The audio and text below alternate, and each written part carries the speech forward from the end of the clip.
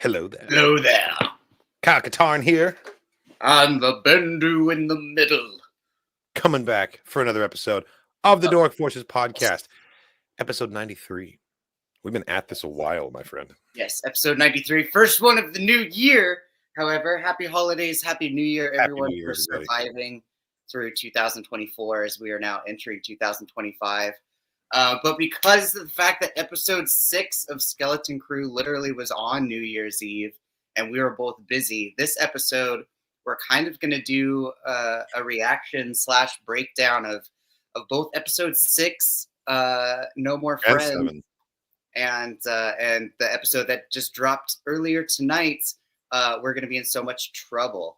So again, if you have not seen this week's episode, prepare for spoilers. You've been warned. But You for have been sure, warned. we're going to talk about last week's episode also, which I think first and foremost, I think the biggest highlight was really getting to see Wim do the makeshift MacGyver Yes. battery welding, melding, like building a new piece for KB's headset in the fucking Melting dirt. down some, they were droid servos. The Yeah, wire. They basically melted the copper wire into like a new piece make of a new battery. Yeah, That was awesome. wild. Absolutely. And I noticed in this new episode that KB's moms were kind of doing the same thing to cobble together the transmitter out in the middle of the woods. So it was cool seeing them. Of course, she has like the technically minded parents as well. Whew. Yeah. I mean, yeah. We're gonna get to that, but Yes, not happy. thank you everyone in the chat for hanging out with us. Hello there, everyone in the chat. Yes, a wizard episode indeed. It was very wizard. The reveal of the Onyx Cinder being originally from Atten. Like, Yeah. that kind of, I guess partially that also begs the question then, was Captain Reynard originally from Atten? Or like, how else would he have been able? I don't think so. I think the mystery just continues. He, by some mysterious means, made his way to the planet, and we still don't know how he did that, but we know that he then left the planet, stealing one of their own ships because their ships. I think probably something else that's more likely is they probably commandeered the Onyx Cinder like as it was doing drop-offs. Yeah. And then they were like, what kind of ship is this? And then they like hijacked it, saw that it was full of cash, and they were like, where did this ship come from? That's very possible too. They were probably able to like cross navigate or like go into its navi computer. Yeah. And like that's totally possible. Or they hijacked this Republic emissary when they were coming by. Mm-hmm. Something like that. Yeah, exactly. They stated there's over 1,000 of these vaults. All over the planet. And I said it in our reaction too. Like, you remember in Andor during the Aldani heist, like that was the Imperial payroll for an entire sector of the galaxy. We're talking like a huge amount of money.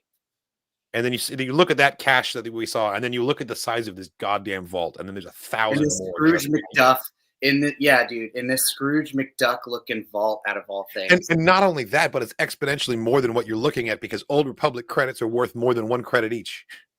You know, because the money itself is so like, oh my God, just pallets and pallets of this stuff. Enough money for Dutch to get the gang to Tahiti. Yeah. Wow. Red Dead Redemption. Quarterly payroll. Yeah, dude. It was rough.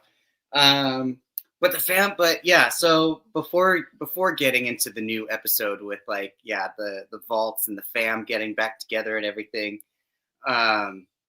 dude, and some of just the absolute, dare I say, brutish brutality and devastating. F in the chat, everybody. F in the chat for my favorite pirate character we've ever got.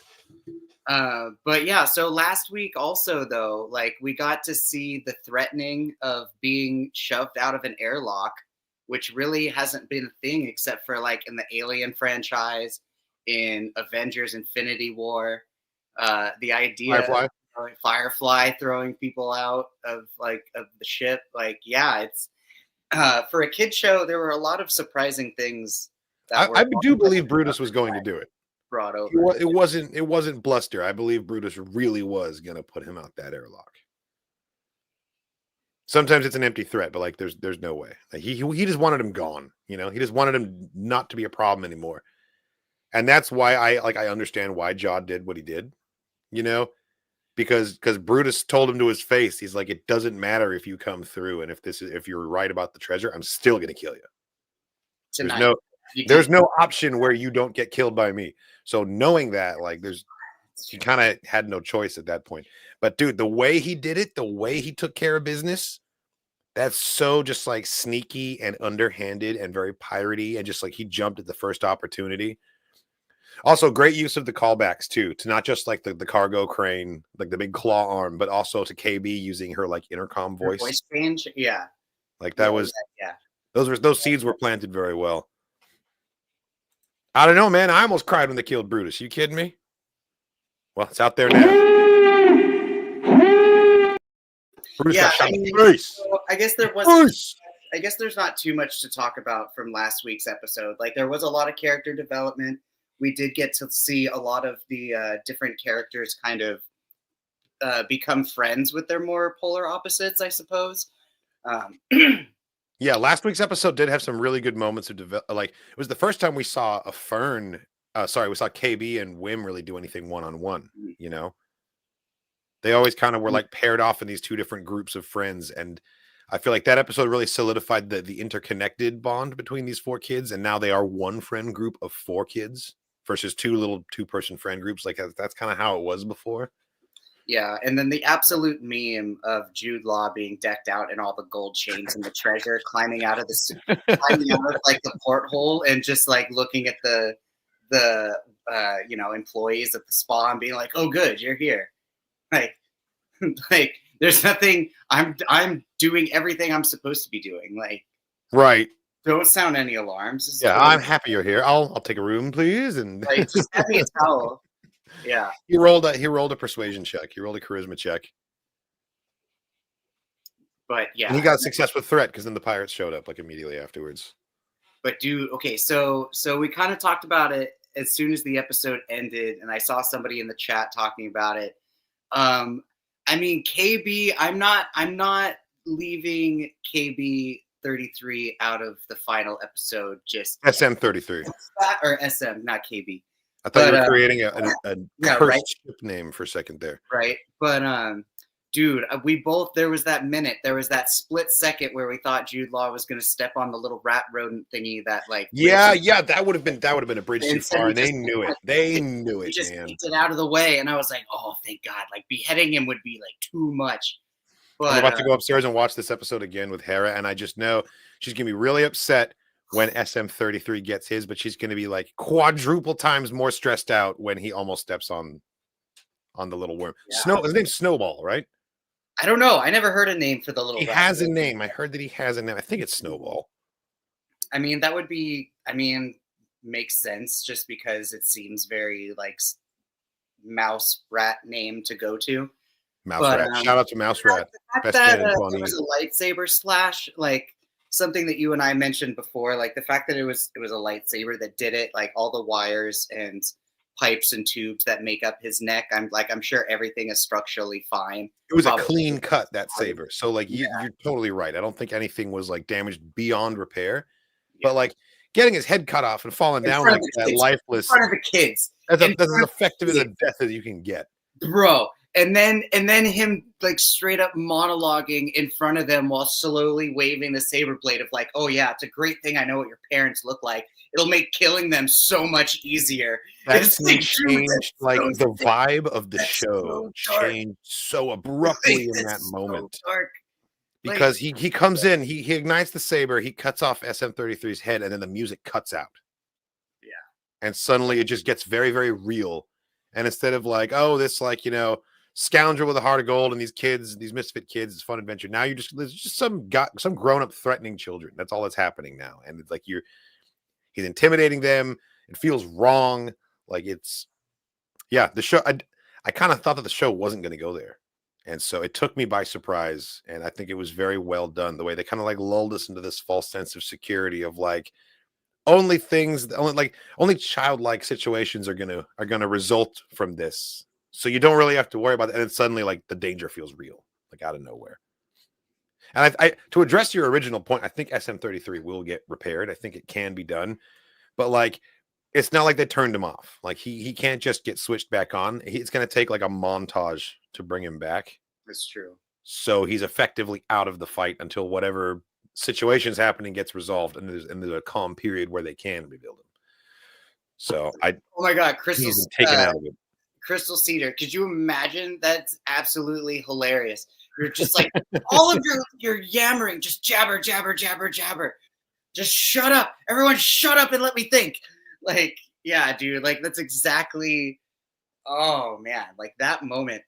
Like even his verbal execution of like Brutus was a stinking backstabbing mutineer. Like he was so fucking So good. scary, so over the top. It was so good. He absolutely chewed the scenery with this character, and I love him for it. It's absolutely what the role called for. He understood the assignment, I think. Like he was just like, Brutus was a so fun, stinky poopy pants.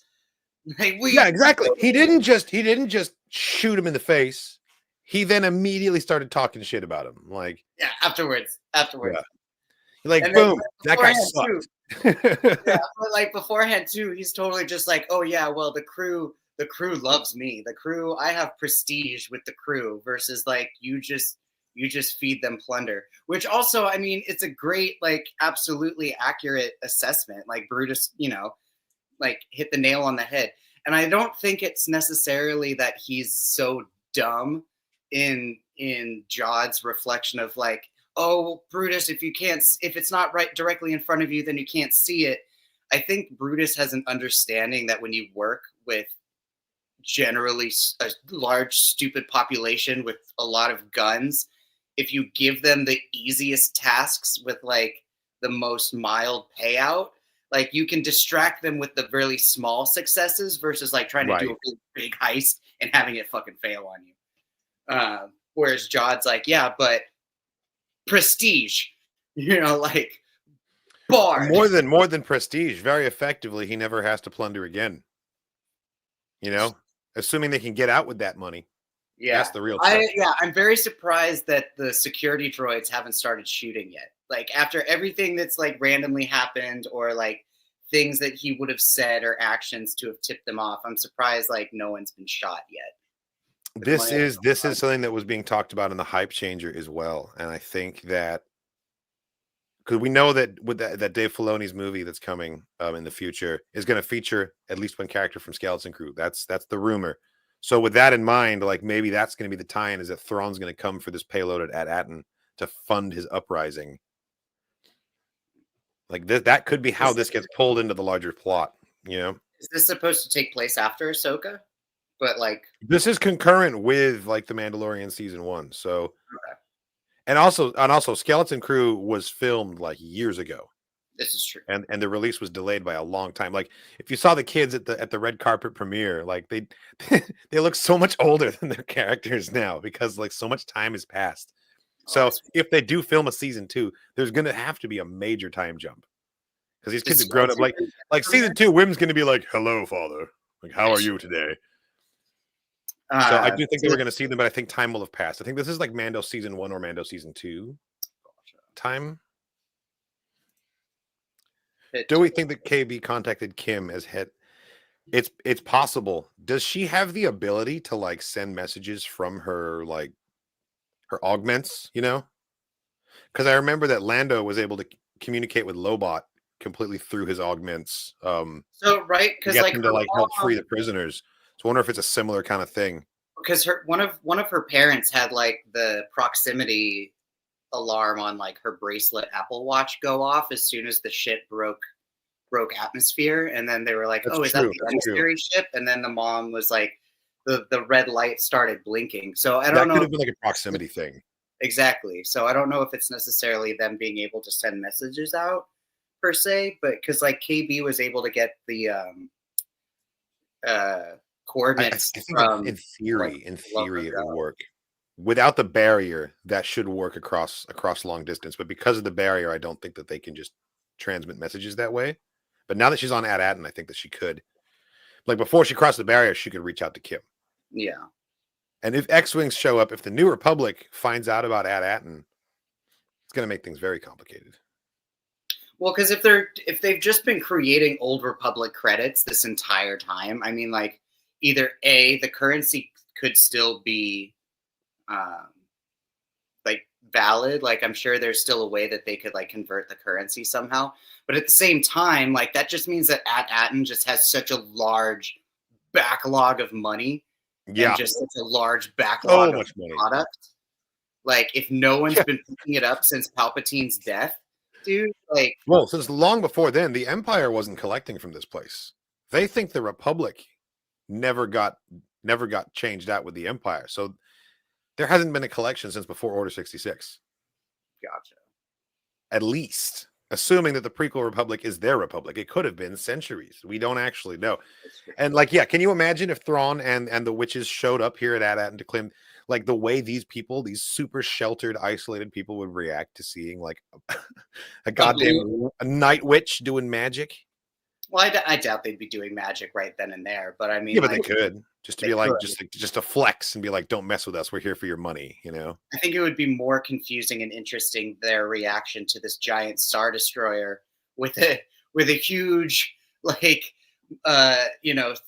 hyperspace ring around it, but also like Thrawn's Chimera tattoo painting on the bottom of it. It's like, dude, this isn't a pirate ship, but this looks like the most piratey ship somehow. Yeah, like, it really is kind of a piratey symbol. It really definitely would look like it could be. The two hydras, like Also, I'm not sure the supervisor's even alive, man. I think that voice we heard on the PA was a recording. Totally. I think that the supervisor died generations ago, and there's like either a supercomputer or like a brain in a chair, or it's just like a looping computer program and like Tack Ren had set it up to like just keep things going so he could come back for the cash. Maybe he even killed the original supervisor. I don't know. But I don't think that there is a supervisor anymore. I'm watch me get proven wrong next week. It's gonna be great. And yeah, the showrunners said specifically they left the exact date vague, but it's Mando era. That's true. Post original trilogy. But yeah, I mean, imagine the crossover character is still Vane, like Pirate Mando. I mean, yeah. Out. Ted, I got your voucher. Out.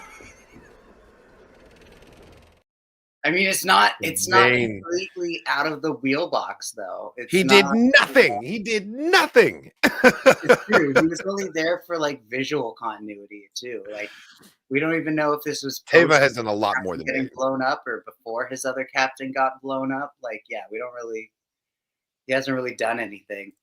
But seriously, that was an OSHA disaster. Like Ellen and I's gonna have a field day with that. The people are just like having a picnic on the grass, and then suddenly like it opens up to reveal a shuttle pad. Like people were rolling off that thing.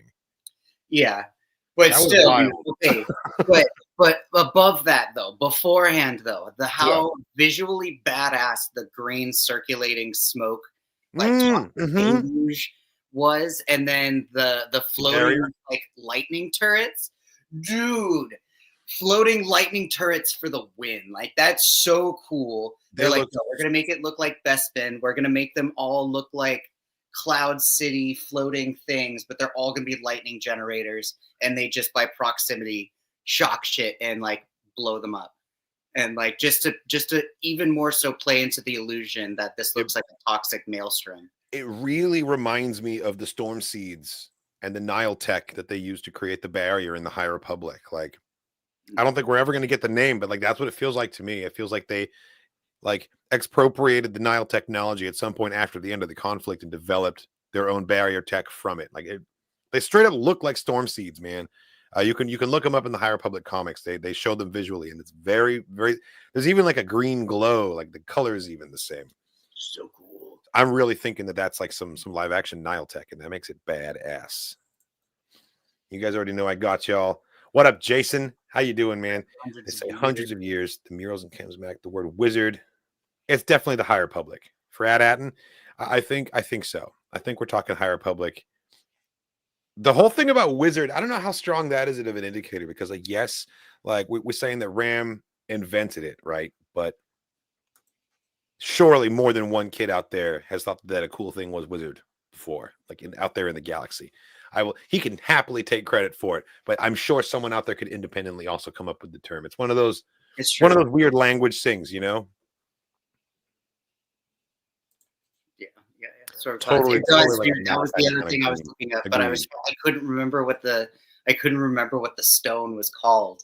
But yeah, it definitely has like the dragon egg, green gemstone looking malachite sort of shit. I was so here for it. So here for it. Like, Devil Dog, you need to what? The planetary designs, the costume designs, the set. Like this show, the set pieces have been fantastic, dude. Like that this treasure show, room Acolyte and Kenobi have just been like knocking it out of the park. Like with or actually like just a majority of recent Star Wars has just been because they went back to basics, and it's just like with new cameras with like basic like good old school fashion set building, and it's just like yes. There was guys, the best of the best. Let's fucking go. Every project before now has had at least one set piece that like I was absolutely like just taken with, and like one thing that I was somewhat underwhelmed by, like every single one. But Skeleton Crew, I haven't really been underwhelmed by any of the set pieces, and I think that like even the suburban like aesthetic of the planet itself at Atten, which I kind of thought I wasn't gonna like, it's fascinating to me. And I actually really, really like how they've leaned into like the 1950s retro futurist aesthetic, and it's all quite Jetsons in a very refreshing way that Star Wars doesn't really touch on, and I actually really like that. I remember like you said, Kenobi, for example, Fortress Inquisitorius, such a cool design, like so cool getting to finally see this location that we'd seen before in the game. But then you had like the place where Vader and Kenobi had their first showdown. Mapuzo, I think, was the planet, like the Joshua Tree location. Mm-hmm. Like they were just fighting in a rock quarry. I don't think they did enough to make it like a grandiose encounter. Which is fine. It was fine, but it was somewhat underwhelming to me in terms of like this is where they meet. Like they just look like they're in California somewhere. And that's because they were. But I haven't felt that feeling at any point during Skeleton Crew, you know? It's true. All of the locations are so unrecognizable and feel like they're from another galaxy, and they're so alive. Like the pirate port, so cool, dude. There's so much going on. Yeah, every shot of a crowd has like at least 3 or 4 like brightly colored classic legacy aliens in there. Like they're hitting all the right notes. Yeah. The sequel trilogy, all the aliens were like a variation on a human flesh tone, and almost all of them were new designs. Like I would have killed to see a blue Rhodian or like a green Twi'lek at that damn like the Canto Bight casino scene, but they were all like these weird beige new creations, and like in a vacuum they're cool, but like where are my legacy aliens, you know? That's true. I want it to look like a Clone Wars crowd, just like live action, and that's what Skeleton Crew really feels like to me, having like these brightly colored aliens everywhere. The ratio of humans to aliens is much more refreshing too. I'm digging it. And like enjoy it while it lasts, man, because coming up after this is Andor season 2, and that is like the most human-centric Star Wars story I've ever seen. It will be. They're almost allergic to aliens in Andor, so I'm going to enjoy this while I can right now. The diversity in this crowd, just like how colorful it is. You're right. And the pirates designs in general, man, they're so good. Castle Grayskull, can I get a droid? Dude, for real though. Okay, so I love how, again, the kids somehow using reverse logic and a droid being like, that checks out. Like the fact that Fern was able to just scream out unclaimsies, and then somehow SM33 was like, you know what? Yeah, you know what? got a point. Data. And then immediately, like, I love that it's obvious that he was built for close quarter combat, and like he was built for sieging ships. He's like straight up rock'em sock'em robots. Yeah, like go gadget fist. As soon as he's in a narrow hallway and his like reflector shields are up, he's like just a juggernaut. He's just going like one direction. But the issue is, as soon as he's in an open, like a more open, wide space, then it's easier for someone to like sneak up behind him and hit his off switch, or for someone to get him with like an ion blaster. But if he's like, because he like knocked out all 7 of the pirates that were on the Onyx Cinder with Jod, and then somehow Jod just like jumped back onto the ship before they were able to. I'm not clear on how he did that exactly. I don't imagine that. Maybe just because the helmet absorbed enough of the punch that he was not unconscious as long as the other crewmates. He was able to like come to, and because he was laid out on the deck alongside the other ones. He was dragged off the ship. He just clambered back on board once everyone was on. Because they did take a moment to show us him taking off his helmet, his mask. I found it hilarious that he took off his little ascot scarf thing too. He's like, "Oh, if I'm taking off one, I have to take off the other." Yeah, well, that's because that's Captain Silvo. That's the whole ensemble. That's true. It's not just a helmet; it's an ascot. Yeah. Oh man, yeah. It's been a rough week for the Jod fan club out there. I think that was some character assassination in a big way. Like, yeah. Do you think he can be redeemed at this point? Do you think? No, he's showing true colors. He's showing true colors. It's not even. I think so. Yeah. Yeah, I don't think there's necessarily going to be a redemption arc for him or with him. Like, I don't. Yeah, so I'm very pleased that what I was originally worried for with this show was that it was just going to be like a Treasure Planet retelling. And I'm very pleased and very happy that the show ended up not immediately going that way. I'm also really not immediately, but boy, did we get there tonight. Like in a big way. I guess we've kind of. I guess if anything, this story runs a little bit closer to the adventures of Huckleberry Finn and Tom Sawyer. Instead of 2 friends, it's 4 friends, and instead of an angry, alcoholic, stabby Native American, we get Jod. But there's still a lot of like. What a sentence! I know, right? But so it's like, but I love that this pirate story is still like completely its own, and it has been like completely its own instead of like playing into other story structures. Like, yeah, there's pirate tropes that we've seen.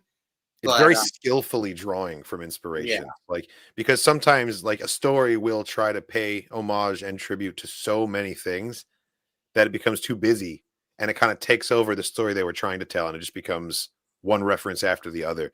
And I feel like Skeleton Crew has really skillfully done the opposite, where everything you're seeing is new, but it feels like things you've seen before, and it has the energy of and the vibes of things you've seen before. And sometimes you get these little direct references, but they're brief and they're subtle and they're quick. Like all the kids sliding down the tubes and then coming out all the different individual pipes at the beginning of the last episode. Like, it was very Goonies. And it was also like very much like the Grinch when they all get spit out at the end into the snow. Yeah. Or dude, like, okay, the whole opening sequence of episode 7 was like straight up the like E.T. Like E.T. Totally. E.T. with like searching with the flashlights. All the humans and the scientists running through the forest, and all you see is just like beams from flashlights and just like rustling in the woods, but you don't actually see anything, and you just see like the aliens or like the parents just like frantically running through the forest, but like they're getting caught and just like stunned. That was pretty intense, the way they were just like straight up firing upon them. Like, I know it's stun and everything, but they weren't like turn back now. They were just like, we're going to stun you. They're like, they're like, this conversation is over. You do not have a chance to go home and go to bed. We're just going to stun you now. Yeah. Their civilization is intense, and it makes so much more sense now that we know that these people are living in the housing wing of Fort Knox, basically. Like, that's basically what this place is. It's the Mint. Peter Slavic, there's still hope in him. No, there's not. In who? Jod? Like, just because he's pretty? Nah, dude, look at that. Look at that face. Yeah, there's still hope in him. Look at that hopeful face. Look at that. Look at that. There's nothing. There's no sympathy there. Okay. Bendu just finds it laughable, but I think there could be some hope in him still. Because one of the last tropes left for them to pull is the heart of gold. Like, I was wrong to do this. Like, the kids win over the bad guy and and soften him. There's still a slim chance. And we know that Disney loves their redemption stories. Star Wars even more so. Oh man. Bro, I don't know. I don't think it's gonna happen, but I don't think it's that like crazy of an idea. Dude, Droid Herder, shout out to Cathopolis also, of whose name I still can't say correctly. Cathopolis is where he's from. His name is Catholops. Catholops. Yeah, dude. Like just the random eldritch. Catholopolis is the end times in his religion. The giant random puppet that we get to see. Dude, that in the trash crab. Like there's so many. Trash crab, whose name was Tetanus. Was what? Tetanus. Tetanus? Yeah, of course. Because that's what you need a shot for after you touch it. But yeah, no, like Catholops being like and then everybody laughs, jumps in the air for a high five, freeze frame, and then it just says skeleton crew. Yeah. I see the vision. I see the vision. Yeah, it's disgusting. But yeah, no, he was a great character, great little hero, and then Cozy Lund Craftitarian. Yeah, exactly. Like didn't need a purpose, but at the same time was still the intimidation factor and just like big monster trope. And then, speaking of ET, what about the little message in the bottle, like you called it? The fact that the message in the bottle looked like ET's spaceship also so much. made me laugh so hard. I was like, a great little reference. Looking at this bauble thing, and then like as soon as the flashlights in the trees happened, and then it started to like fly off and spin and give off its own little colory lights, I was like, oh my god, this is hilarious. ET Fun Hum, no, 100%. I mean, we know that that species used to be part of the Galactic Senate. They're canon. They're canon. They're out there. We know that they're out there. Jod could get arrested and imprisoned on Adatin for a redemption arc in a season 2. I feel like it's more likely he will get arrested and imprisoned on a New Republic prison world. It would be pretty funny if they have him breaking bricks next to Miggs Mayfield at the end of the show with some stop motion walkers in the background, because I agree that I think that he's gonna get a downfall. The villain will be defeated in this first season here. It's not gonna have that big of a cliffhanger ending, but I don't think he's gonna die. I think that Jod is too fascinating of a character. We still haven't explained this force sensitivity. Is it? Isn't it? What's going on there? What are you trying to hide under the gloves, bro? My camera. Shorted out for a second there. It's the ghost. Are we back? It's the ghosts. The ghost is attacking again. It's can only mean one thing. I did see someone in the comments earlier ask me what my opinion was on the lightsaber blade. I mean, one, Jaw didn't kill anyone yet. Droids don't necessarily count as like to bleed the crystal. If we're really gonna go that route of like, oh, the crystal, the blade color, is a reflection of your personality. He's just using it as a tool right now. He hasn't killed anyone or done anything truly violent with it. Therefore, I don't think he hasn't given the crystal a reason to be. Not with the saber, though. He didn't kill Brutus with the saber. He killed Brutus with the blaster. He shot him directly in the face, though. In the face. And then did a speech. Have you read sidebar? Have you read the Han Solo trilogy by A.C. Crispin? Negative. Yeah, it's three novels. So it ends with him. Well, it tells the story of how he becomes Han Solo, and this is Legends. This isn't canon anymore, but his name wasn't Han Solo originally. And his signature vest and striped pants. A bounty hunter comes to kill him at some point, and he shoots him and kills him. And then he takes his identity. He puts on his clothes. He takes his identity card, which says Han Solo, and then he powers his blaster to maximum capacity and shoots his face off, so that the people won't be able to tell what he looks like anymore. And then so blasters to the face. That's like a pretty traditional scoundrel move at this point. But he literally dials it up to 11 and shoots this dude point blank to remove the face. Just burns. So he could just be like, "Oh, that was just some bounty hunter. I'm Han Solo." No identification. And it was such a crazy character origin. I can't believe that AC Crispin was allowed to do that. But that was Han Solo. Was wild, man. that was our Harrison Ford OG Han Solo backstory, was that he just shot a dude in the face and stole his identity. That's pretty Don Draper. Yeah, legit. Just shot his face. He shot his face off. Damn. Yeah. How do you? Yeah, Paradise Snare. That's the That's the one where it happens. It's at the end of Paradise Snare, which is book 1 of the Han Solo trilogy. How do you think the droids will react to Jod's lightsaber? Dude, like I said, I'm surprised he hasn't been shot yet. I'm surprised they didn't shoot him on sight the moment that he They didn't know what to make of him yet, and the kids did not help in that regard by, as soon as they were reunited with their parents, being like, there's a bad man here with a lightsaber, we need help. That would have been the first thing out of my snitching ass mouth as a kid, you know? I would have told on Jod immediately. As soon as I saw another grown-up, I would have been like, this guy just threatened us. Take him away. Let him fight his way off of At-Atten if he's so good. It's like, at the same time, it's like you think, I mean, at the same time, droids don't think, right? The droids only process. But like the fact that like this Republic emissary is like falling to his knees and like rubbing his face into like the falling gold credits. And he's like, oopsie, I knocked these over. Right. Someone tell the supervisor the emissary is taking a bath in the credits. Yeah, like secretary. Be like, supervisor, we need a cleanup. The emissary's soiled himself.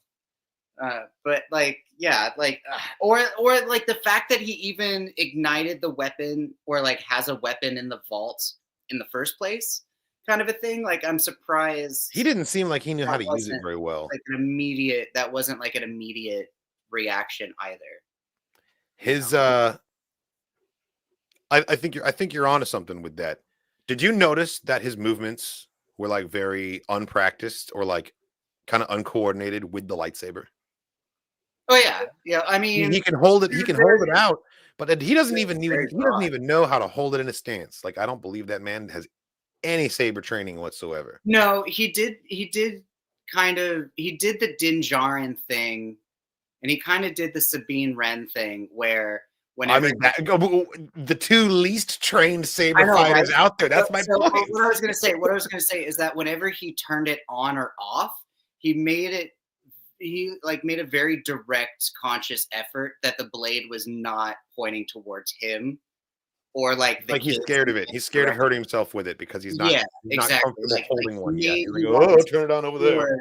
Yeah. Like, he definitely made sure there was enough space between him and the blade that he wasn't going to accidentally like flash himself in the face, sort of a thing. Right. But he probably like thinking of that because he saw Wim literally do that. Like, Wim tried to turn it on, stabs his ground. Look, he didn't stab himself in the foot and lose a toe. Like, bro, like he could have. I mean, or the blade comes out the other end, goes right through him. It wasn't that close to Wim's face, but like, no, but he could have like accidentally got himself in the gut or something, you know? That's true. Yeah, like if he wasn't like holding it outwards, sort of a thing. Yeah, absolutely. Oh my God. It was a good callback though that we saw the claw machine at all. And as soon as we saw it, I was like, what is that going to be for? It's going to be for something ridiculous later on. I didn't even think about that at all. I will say that, like, I really enjoyed Brutus as a character, and they did him dirty. What a disrespectful way to go. I mean, he knew it too. He knew it. He knew what was coming. As soon as he was defenseless, he knew what was going to happen. He saw the look in God's eye, and he was like, "It's over. It's already over." He saw his death coming, and that makes it worse, in my opinion. It's true, but at the same time, like, he lives as he dies, right? Like, you live by the sword, you die by the sword. Like, versus Captain Salad Face, who just like died because he just got blown up. He died by the mountain. He died. He died by. He lived by the sword, died by the mountain crashing into his face. Yeah, that was great. Well, what are you going to do? Yeah, exactly. That's how 99.99% of pirates go down. And it was a suitably like brutal ending. I feel like that's kind of how he would have killed Jod anyway, you know? It's true. It was one or the other, you know. Yeah, I mean, such is the life of the pirate. Yeah, like doing him that way, or like, yeah, killing Brutus that way at least was quick, efficient, and like, again, he was able to get a morale speech out of it. Like, as soon as he killed Brutus, like, the rest of the other pirates are like, "Oh man, Silvo means business." Like, okay, shit. And like, all right, and then he's giving us orders now. All right, cool. Like, I mean, as soon as that happened, and I saw their reactions, my thought was like, how many captains have they seen die in this fashion? Probably. Like in their careers as pirates, it's like the 7th time someone has killed the captain and been like, "I'm your captain now." They're like, "Yeah, we know the drill." Like every 6 weeks or so, a new guy becomes our captain. I don't know. Depends on, but again, like prestige, right? It depends on how charismatic you are and like if you're able to rally the troops in a singular direction. Yeah, I mean you have to pass that charisma check. Yeah. You know, he is either a former Padawan or maybe even a former youngling. Like never even got selected for one-on-one training. I don't think he was ever Yeah, assigned I to think a he's just master. more He sensitive just went to like he was in the Gen Pop like youngling classes taught by Yoda at the temple, if anything. Because he doesn't seem to me like he has any training, really. I don't even think he got that far. I'm not even convinced he has the Force, all right? And I know that everyone seems to think that it's been confirmed. I still am not satisfied. I'm still skeptical, man. He's always wearing gloves. He only ever manipulates metal objects. That sound is like nowhere when he uses like everyone else gets that bassy rumble, but not him. I'm telling you, man, it has not been debunked to my satisfaction yet. I believe it could still be still Magneto. He's still potentially just he's still fooling. He's still fooling somehow. Damn. I don't know. I'm clearly in the minority here. Everyone thinks that Jod is like force sensitivity is just a given. I don't know, man. I don't know. I'm not convinced. I will happily admit that I'm wrong if it turns out that he is just force sensitive and they're just being coy about it, but it doesn't make sense to me. That's what I'm saying, dog. Magnets or something. Space magnets. Spagnets. It was going to be picked by Dooku, but was rejected by Dooku, but never. Totally possible. I mean, as an acolyte, like. Yeah, he learned a non-combat skill set or something. I mean, see, I feel like his push and pull would be even stronger if that were the case. That's true. Because Dooku didn't. The softer sex, the consulars, they're the ones that like focus all on force energy itself. They don't spend their time with saber fighting, but they're definitely force wielders that are just as formidable. No, I think that's letting him off the hook too easy. Maybe he's just like the Jedi equivalent of a squib, you know, from Harry Potter, where like he's got the force, but he can't use it. He's like technically a Jedi, but you have no force, you know? It's kind of the opposite of what Hu Yang said to Sabine, you know? But she also was like low potential. Like he said, like you have a low aptitude for this. If you work really, really, really hard, you can get better, but you are not naturally inclined to this the way some people are. Maybe that's Jod's deal too. He's just not naturally inclined to it. That's fair. That's fair. Yeah, Corran Horn. Ultimate example of overcoming the odds in that way. And Corran Horn is now canon as well. He was canonized in Kenobi. Holy shit, what if this is that little kid grown up that was sneaking off of Dayu, that Kumail Nanjiani's character like swindled the mom, remember? What if that little boy is Jod? That timeline might even line up, actually. Well, he's a little too old. I don't remember. Oh, yeah, no. Go back to the episode of Kenobi. Watch the credits. The little boy is credited as Corran Horn. For which kid in Kenobi? When we meet Kumail, he's pretending to be a Jedi, and a woman and her force-sensitive child are asking him for help. Oh, that's right. Yeah. Okay, thank you. That child is named Corran Horn in the credits. That's right. Yeah. You're saying Kenobi actually canonized a ton of names. There's a bunch of names carved on the path, on the walls in the path as well. Like Quinlan Voss is confirmed as a survivor because of that wall. Rom Koda's name's on that wall. It's true. Yeah, if they're trying to say that Jod is the kid from Kenobi, I think Jod's a little too old. I think that too. That was wishful thinking. I don't think there's a connection to make. Yeah, Roganda Ismarin is on the wall. There's so many names on there. Personally, I don't even want Corran. Wow, I just realized that Corran is basically just rearranged Connor. I don't even want Corran Horn unless I can also get Ganna Rysode though, because I need them as a pair. That's true. Need them as a pair. Ganna Rysode is one of the coolest trajectories. Like, what a goddamn underdog, man. Like, he makes so many mistakes and then he has a heroic ending that I can't think about or I'll get choked up again. Man, New Jedi Order. I got to read them again. You haven't read them, have you? The New Jedi Order series? No. My brain People either hate him or they love him. That's true. I know. I've heard a lot of good things. I know you've hyped it up a lot as well. Like it's Love the hard Vong for me War. to read, though. I think if I were to do that, I would have to see if like Audible or if like Amazon has like the talking books of the old Jedi Order. Because like I know like because the Andy Serkis Lord of the Rings, I for sure for fuck would need to get like that audio book. Just Hell to have yes. your Andy Serkis read the Lord of the Rings books to me, like that would be phenomenal. It's a missed opportunity that we never got an audiobook from Christopher Lee. Would have been absolutely phenomenal. But yeah, I think Vector Prime by R.A. Salvatore, which is the very first book of the New Jedi Order, there is an audiobook for that you can pick up. The audiobooks for the New Jedi Order are actually pretty sweet. They have like this Vong accent that the narrator like sort of developed by himself, and like it's pretty funny to listen to. They say Jedi. Oh, like a Jean Vong I don't think so. accent? Is that what you mean? Yeah, whenever he speaks like Vong dialogue, he does this crazy accent. I don't think that it's going to happen, man. I don't think the parents are going to get killed, or any kids for that matter. Yeah, I don't think. Yeah. The big question for me is it going to be a parent or a kid who takes out Jod?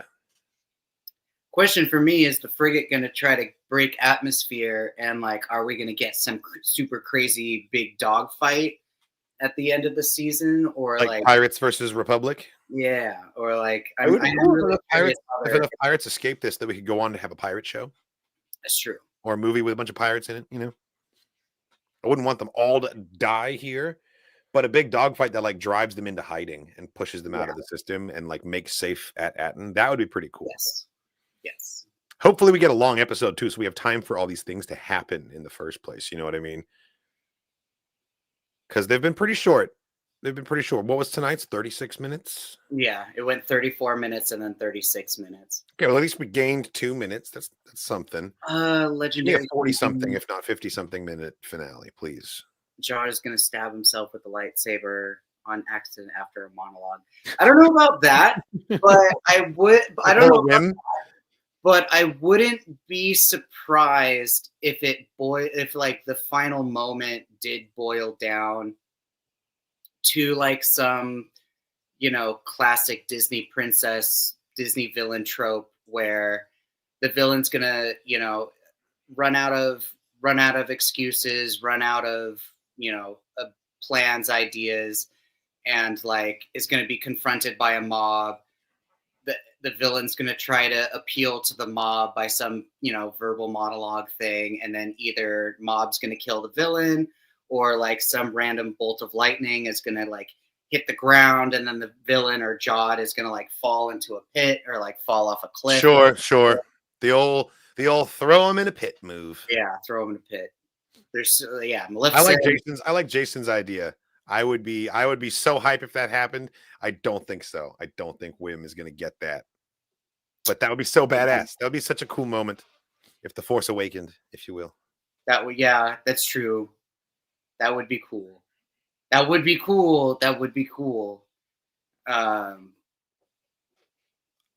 not sure. I don't know. That's still potentially, now that you say it out loud, like that is potentially still in a very small 10% realm of possibility now. Not necessarily like a force bomb, but I could definitely see Wim.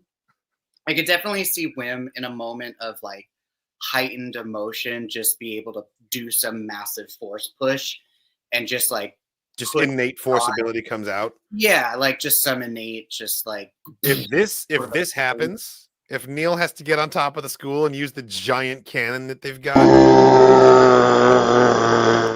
that would be so badass. That would be really I'm so down for Neil to do something totally rad. The big gun wasn't on Atten. The big anti-air gun was on the fresh revolutionary planet.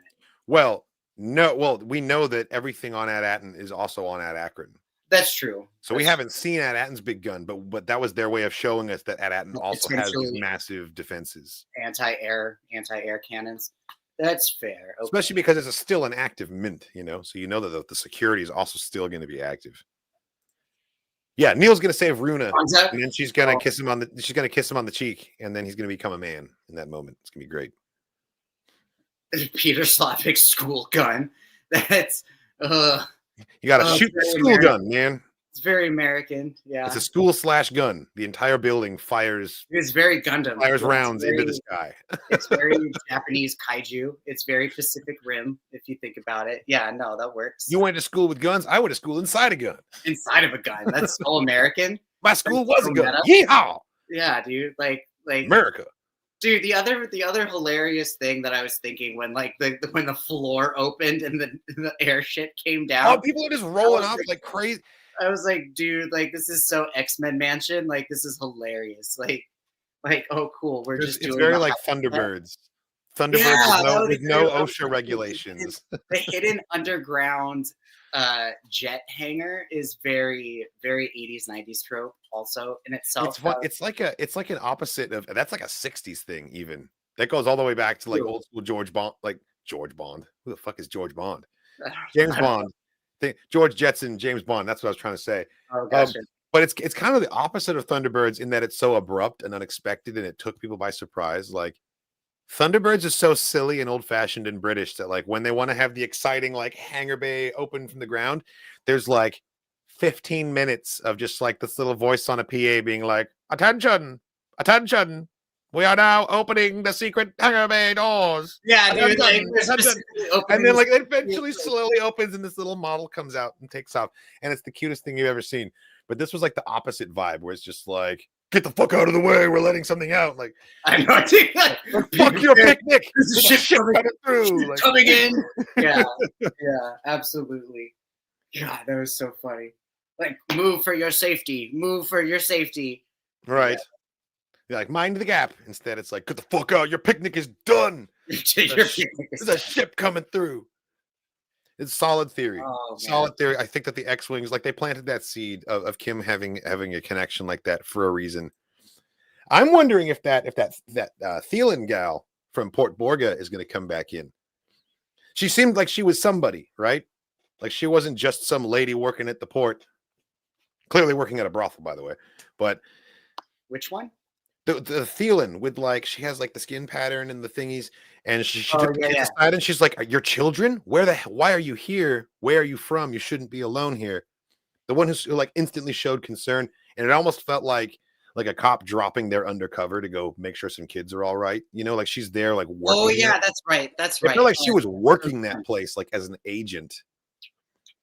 So I'm wondering if maybe like she also was a New Republic like planet. She's going to get the X-Wings out there too. I don't know. Strippers are absolutely people too. Shout out to the sex workers of the world. It's true. It's true.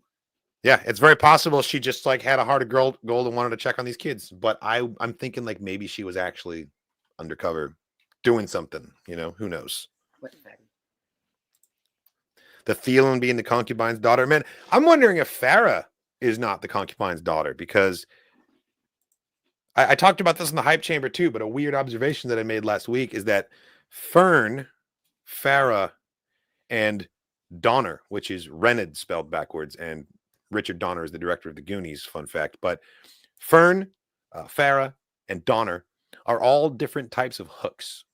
That's so weird. I saw somebody else on Twitter mention something like that. And I was like, yeah, how all do different you kinds know of that? hooks. Like, who, like, is it like difference of shape, I wonder, or like difference of like how the hook is connected to the hand? Like, it's all of the above. Let me pull some pictures and I'll show you what these different kinds of hooks are. How about that? Weird. We're going to learn about hooks tonight.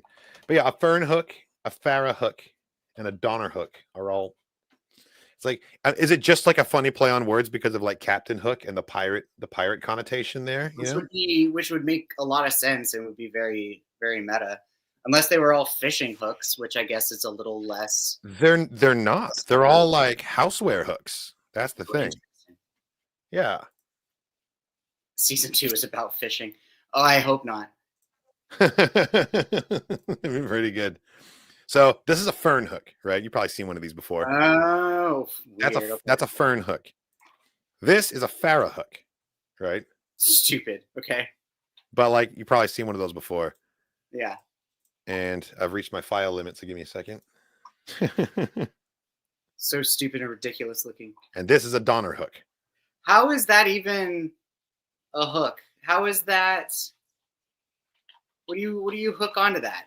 What is that? You put a hammer shaft in the middle, and the top rests on those two. See what I'm saying? If you have like a large-headed mallet or something, you would put the mallet against there, and the handle would go down the gap in the middle. It's like a tool hook. But yeah, Fern hook, Farrah hook, Donner hook.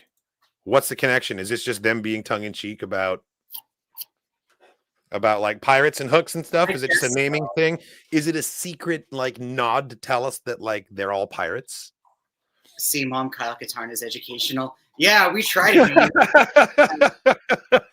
We try. We definitely. I mean, you can definitely put our podcast on, and like we'll put your kids to sleep. We learned about hooks today. Yeah, and that sex workers are people too. Yeah, those are the two messages you can take away from today's podcast. And we learned about Huckleberry Finn and Tom Sawyer. Like basic English class is what we got going. We learned what happens when you shoot someone in the face at like point blank, maximum power. Yeah, you get to steal their identity is what we learned. No more disintegration. Life hacks. You learned it here first. Yeah. This was a banger of an episode. It's gonna be interesting to see how they wrap everything up. I think we've got a really good chance at this show sticking the landing. And I know there have been some haters. There's always some haters, but like I feel like the reception to this show has been overwhelmingly positive. And that's also is kind of like refreshing to hear. Like that's kind of nice. Mm-hmm. And it's all going to come down to next week, though. It's all going to depend on how this thing shakes out, what the future trajectory of the show is. Is a season 2 going to happen? Is this movie by Dave Filoni referencing at least one character from Skeleton Crew? Is that how the story continues? We just don't know yet. We just don't know. But I'm going to be sad when it's over, man. I've been enjoying it. That's true. I think random side thought / closing thought for me also, just character design wise, Neil's dad looks badass. Yes. like the most. Glad you said something about that. The most Hindu like elephant god, just like blue skins, like but just giant tusks, but like still wearing like Star Wars clothes, robes. Like, dude, you look like such a goddamn Chad. Rip. It's like standing there, like, why have you like pulled me away from my pipe and my newspaper? I know. Like, what's going on here? Like, you need to be the senator of something. You need to why aren't you a Star Wars politician? Like, you look incredible. Like, no, he's a man of the people. He's got such a sweet design. It's like, wow, that's what Neil's gonna grow up to look like. Neil is such a little honey bun, and like he's gonna become like this huge, too good. The most Ganesha ever. Yeah, dude, exactly. Yeah, like he's just ready to go. No, excellent. Catch us next week for the Dork Forces podcast, episode number 94, where we're going to be recapping the finale of Skeleton Crew, yes, but also the entire series to this point. We'll be giving our thoughts on the whole about the entire thing. And following that, we're also going to be doing a deep dive into Nosferatu and reviewing that because we've both seen it. But that'll be its own podcast. That's not going to be happening at the same time as the Skeleton Crew review next week. But thank you so much for joining us, everybody. This has been the Dork Forces podcast. Skeleton Crew is awesome. Really enjoying it so far. Gonna be sad when it's over, but we're not there yet. But it is not this day. So thanks again for watching, everyone. And as always, may the force be with you.